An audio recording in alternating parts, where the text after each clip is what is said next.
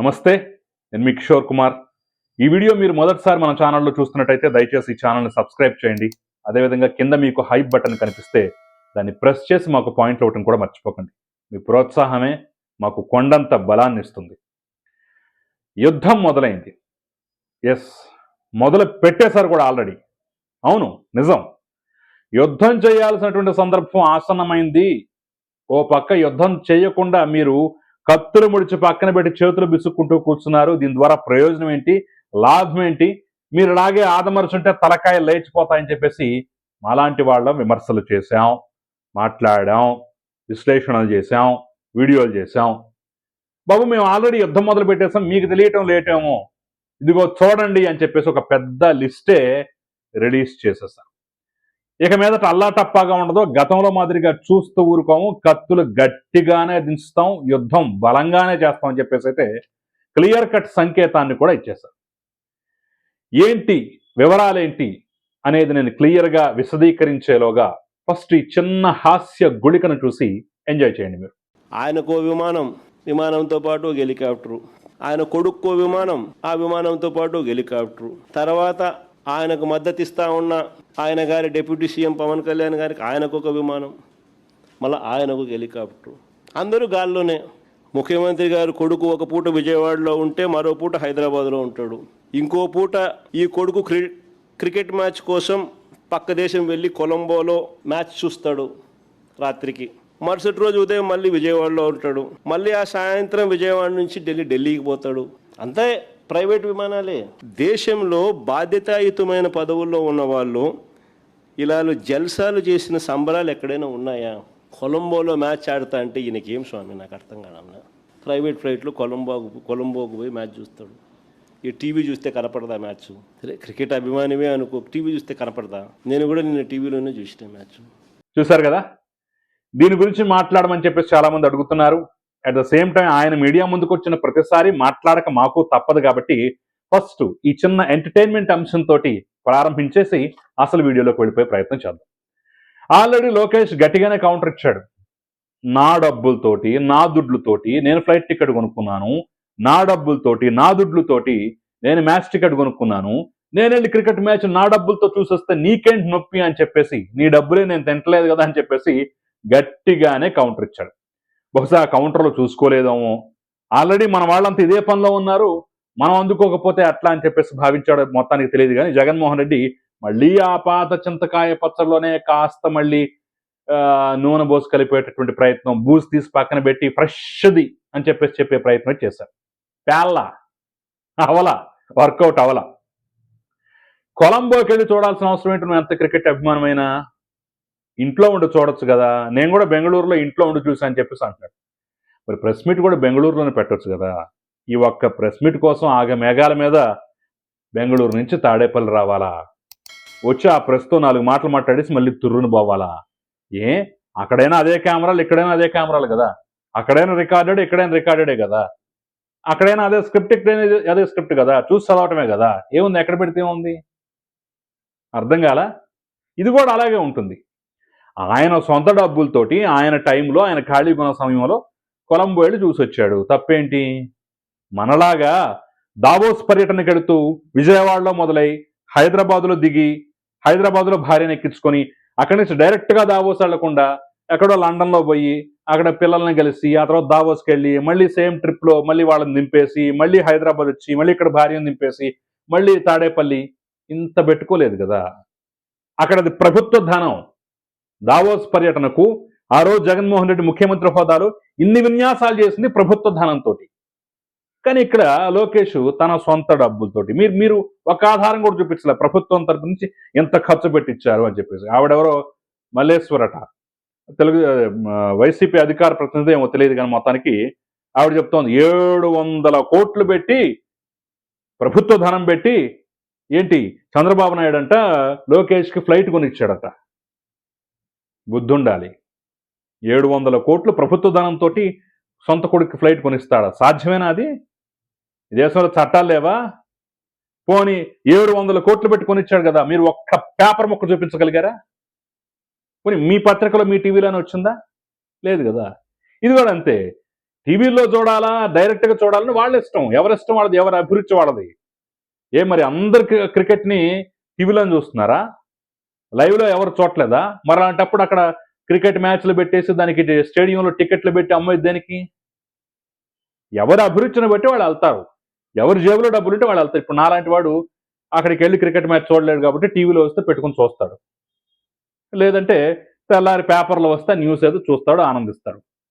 లోకేష్ ధనవంతుడు కాబట్టి, ఆయనకు డబ్బులు ఉన్నాయి కాబట్టి ఆయన ఫ్లైట్ టికెట్ పెట్టుకొని మ్యాచ్ టికెట్ కొనుక్కొని ఆన్లైన్లో వెళ్ళిపోయి చూస్తాడు.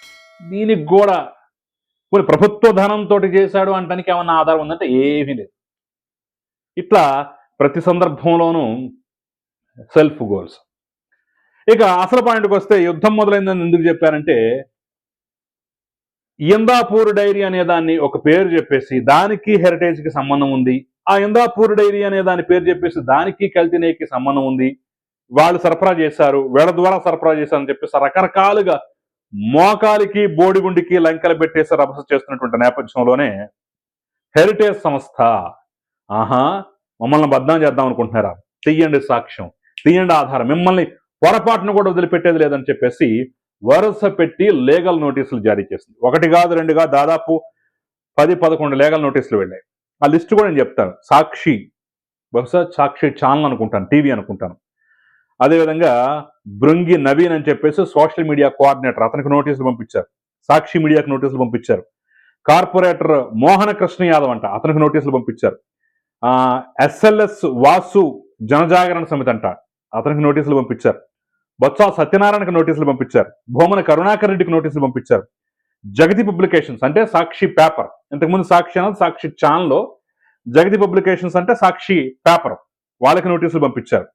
రవిచంద్రారెడ్డి అంటే విజయవాడ టౌన్ ప్రెసిడెంట్ అంట, అతనికి నోటీసులు పంపించారు. Women president, district women president Madhavi Reddy అట, ఆవిడకి నోటీసులు పంపించారు. ఆఖరికి జగన్మోహన్ రెడ్డికి కూడా లీగల్ నోటీసులు జారీ అయ్యాయి. స్పష్టంగా చెప్తోంది హెరిటేజ్, మాకు మీరు చెప్తున్నటువంటి ఇందాపూర్ డైరీకి అలాంటి సంబంధ బాంధవ్యాలు ఏమీ లేవు, మేము ఏ రోజు ఒక్క చుక్క నెయ్యి కూడా తిరుమల తిరుపతి దేవస్థానానికి సరఫరా చేయలేదు. మాకెంతవరకు ఇందాపూర్ డైరీ దగ్గర నుంచి మేము కొన్ని సరుకులు కొనుక్కున్నాం, అంటే చీజ్ లాంటివి, పన్నీర్ లాంటివి, యూటీహెచ్, స్కిమ్డ్ మిల్క్ పౌడర్ అని చెప్పేసి ఉంటుంది కదా, ఇట్లాంటి వాటిని వాళ్ళ దగ్గర నుంచి మేము కొనుక్కొని మాకు కొరత ఉంది కాబట్టి వాళ్ళు మ్యానుఫ్యాక్చర్ చేస్తారు, మేము మార్కెటింగ్ చేసుకుంటాం, అంటే వాళ్ళ దగ్గర నుంచి మేము కొనుక్కొని మా లేబుల్ వేసి అమ్ముకుంటాం, అంతవరకే తప్ప ఏ రోజు నెయ్యి అనేటటువంటి పదార్థాన్ని మేము పొరపాటును కూడా వాళ్ళ దగ్గర నుంచి కొనలేదు, మాకు అవసరం పడలేదు. మేము ఎంతవరకు చీజ్ కొన్నాం, పన్నీర్ కొన్నాం, అల్ట్రా మిల్క్ పౌడరు లేదంటే స్కిమ్డ్ మిల్క్ పౌడరు ఇలాంటివి కొన్నాం తప్ప, వాటిని మార్కెట్లో మాకున్నటువంటి డిమాండ్ బట్టి అమ్ముకున్నాం తప్ప నెయ్యి ఏ రోజు కొనలేదు. నెయ్యి తిరుమల తిరుపతి దేవస్థానానికి ఎప్పుడు మా జీవితంలో మేము కంపెనీ పెట్టిన 30-35 ఏళ్లలో ఏ రోజు సరఫరా చేయలేదు. అన్యాయంగా, దుర్మార్గంగా మాకు ఇందాపూర్ డైరీకి అక్రమంగా లింకులు పెట్టేసినటువంటి నేపథ్యంలో, మాకు బోలేబాబా డైరీకి అక్రమంగా లింకులు పెట్టేసినటువంటి నేపథ్యంలో మీరు క్షమాపణలు చెప్పాలి, బహిరంగ క్షమాపణలు చెప్పాలి. ఎక్కడైతే కథనం వేశారో తప్పైపోయింది, తప్పుడు కథనం అని చెప్పేసి మీరు మాకు క్షమాపణ చెప్పాలి. తిరిగి అదే పేపర్లో, అదే టీవీలో క్షమాపణలు చెప్తూ కథనాలు ఇవ్వాలి. లేని పక్షంలో మేము లీగల్గా చర్యలు తీసుకుంటాం అని చెప్పేసి క్లియర్గా ఇంతమందికి అలా ప్రెస్ మీట్లు పెట్టి అడ్డగోలు వాగిన అందరికీ కూడా నోటీసులు వెళ్ళిపోయాయి. Yes, Sakshi Bhringi Naveen social media coordinator, corporator Mohana Krishna Yadav, SLS Vasu Janajagarana Samithi, Botsa Satyanarayana, Bhumana Karunakar Reddy, Jagati publications, Ravichandra Reddy Vijayawada town president, women district president అట మాధవిరెడ్డి, జగన్మోహన్ రెడ్డి, ఇంతమందికి నోటీసులు అయితే జారీ చేశారు. ఇక్కడ చాలా క్లియర్ గా ఇంకొక స్టెప్ కూడా తీసుకున్నారు. ఆల్రెడీ ఢిల్లీ హైకోర్టులో దీని మీద ఒక కేసు కూడా వేసినటువంటి నేపథ్యంలో, అంటే దుర్మార్గంగా మా మీద అసత్య కథనాలు చేసినటువంటి నేపథ్యంలో ఆ కథనాలకు సంబంధించినటువంటి లింకులు మొత్తాన్ని, అంటే వీళ్ళు ప్రసారం చేసినటువంటి లింకులు ఏవైతే సోషల్ మీడియాలో ఉన్నాయో, యూట్యూబ్ ఛానల్స్ లో వాటన్నిటిని తొలగించాలి అని చెప్పి సాక్షి మీద కేసు వేస్తే ఢిల్లీ హైకోర్టు హెరిటేజ్కి అనుకూలంగా తీర్పిచ్చింది. కొంత గడువిస్తూ మీరు ఆరోగా ఖచ్చితంగా తొలగించాలి. బహుశా 24 hours 48 hours మొత్తానికి ఇచ్చినట్టుంది. ఆలోగా మీరు ఆ లింకులు కూడా తొలగించాలని చెప్పేసి ఢిల్లీ హైకోర్టు తీర్పిచ్చింది. అంతేకాదు, ఒకవేళ మీరు తొలగించకపోతే మెటా సంస్థ, గూగుల్ సంస్థ వీటి ద్వారా తొలగించేటటువంటి కార్యక్రమాన్ని కూడా చేపట్టబోతున్నా. ఇది నాకు ప్రత్యక్షంగా అనుభవం. ఒకసారి గతంలో నేను ఉన్నటువంటి ఆధాన్ ఛానల్లో విజయసాయిరెడ్డి శాంతి ఇష్యూ వచ్చినప్పుడు దాని మీద ఒక స్టోరీ వేస్తే ఇలాగ మా మీద కేసు వేశారు. కేసు వేయటమే కాదు, మా ప్రమేయం లేకుండా డైరెక్ట్గా యూట్యూబ్ త్రూ ఆ యొక్క లింకును కూడా తొలగించేశారు. కోర్స్ మేము కోర్టులో డిఫెండ్ చేయడానికి మాకు వరకు, అంటే మేము ఆ వీడియోను డౌన్లోడ్ చేసుకునేటటువంటి వరకు మాత్రమే యూట్యూబ్ మాకు ఆ సదుపాయాన్ని కల్పించి పూర్తి లింక్ను మాత్రం తొలగించేస్తుంది. అంటే యూట్యూబ్లో ఆ లింకు మళ్ళీ కనపడదు. మళ్ళీ మేము అప్లోడ్ చేయాలని ప్రయత్నించినా సరే తీసుకునే పరిస్థితి అయితే ఉండదు. సో ఆ రకంగా కూడా ఒకవేళ సాక్షి వాళ్ళు దాన్ని పూర్తి స్థాయిలో లింకులన్నీ తొలగించకపోతే గూగుల్, యూట్యూబ్ వంటి సంస్థల త్రూ వాళ్ళకి లీగల్ నోటీసులు జారీ చేసి, వాళ్ళకి ఆదేశాలు జారీ చేసి తొలగించేటటువంటి ప్రక్రియ కూడా శ్రీకారం చుట్టారు. సో గట్టిగానే మేము కొట్టబోతున్నాం, యుద్ధం గట్టిగానే చేయబోతున్నాం. అల్లా తప్పగా ఆషామాషిగా ఉండేటటువంటి అవకాశం లేదు. కాకపోతే కాస్త ఆలస్యం అవుతుంది. ఆ రోజుల్లో చిన్నబాబు చిరుతిండి ఖర్చు 25 లక్షలు అని చెప్పేసి అడ్డగోలు రాతలు రాసినటువంటి నేపథ్యంలో దాని మీద కూడా లోకేష్ కేసు వేశాడు. ఇప్పుడు స్టిల్ ఆ కేసులు ఇంకా నడుస్తూనే ఉన్నాయి. ఇవి ఒక పట్టాన వెంటనే తేలేవి కావు. కానీ లీగల్గా వెళ్ళాలంటే టైం పట్టుద్ది. మనకు ఆత్రం ఉండొచ్చు, వెంటనే చేయాలని ఆత్రం ఉండొచ్చు, బట్ లీగల్గా వెళ్ళాలంటే ఏళ్ళకేళ్ళు గడిచిపోతుంటాయి. తప్పదు. కాకపోతే ఇక్కడ ఢిల్లీ హైకోర్టును ఆశ్రయించి తప్పుడు కథనాలను వెంటనే తొలగించాలని చెప్పేసి ఆర్డర్ తెచ్చుకోవడం చూశారు. ఇది ప్రాథమికమైనటువంటి మొదటి విజయంగా కూడా మనం చెప్పుకోవచ్చు. ఇష్టం వచ్చినట్టుగా రాసేసి ఇష్టం వచ్చినట్టుగా చేసేస్తే ఊరుకోమనేటటువంటి సంకేతాలను, చంద్రబాబు నాయుడు లాంటి మెతక వైఖరి మా దగ్గర ఉండదు, మేము కాస్త కఠినంగానే ఉంటాం అనేటటువంటి స్పష్టమైన సంకేతాన్ని వాళ్ళ కుటుంబ సభ్యుల ఆధ్వర్యంలో నడుస్తున్నటువంటి హెరిటేజ్ సంస్థ అయితే ఈరోజు తన తెగువను చూపించింది, లీగల్గా ప్రొసీడ్ అయింది. మీ మీద పడ్డ మరకను చెప్పుకోవడం కోసం మా మీద బురద చల్లుతా ఉంటే మేము ఊరుకుంటామా? గట్టిగా కొడతాం, చూస్తూ ఉండండి అని చెప్పేసి అయితే గట్టిగా చెప్పే ప్రయత్నం చేశాం. సో మరి ఇంతమందికి ఈరోజు లీగల్ నోటీసులు జారీ చేసినటువంటి నేపథ్యంలో ఏం జరగబోతోంది, ఎంతమంది రెస్పాండ్ అవుతారు, రెస్పాండ్ కాకపోతే రేపు కోర్టులు ఎలా ప్రొసీడ్ అవ్వమంటాయి ఏంటనేది కూడా తొందరలో మనకి ఇంకా బ్రేకింగ్ న్యూస్లు, ఇంకా షాకింగ్ న్యూస్లు వచ్చే అవకాశం అయితే ఉంది. చూద్దాం ఈ కేసు ఎన్ని మలుపులు తిరుగుతుందో, ఎన్ని అంశాలు ఇందులో బయటపడతాయి, ఎంతమంది కాళ్ళబేరానికి వస్తారో, ఎంతమంది తలగరేసి ముందుకెడతారో ఖచ్చితంగా చూద్దాం. వెయిట్ చేద్దాం ఏం జరగబోతుంది. ఒకవేళ ఈ వీడియో మీకు నచ్చినట్టయితే దయచేసి ఛానల్ సబ్స్క్రైబ్ చేయండి. అదేవిధంగా కింద మీకు హైప్ బటన్ కనిపిస్తే ప్రెస్ చేయండి. Thank you very much.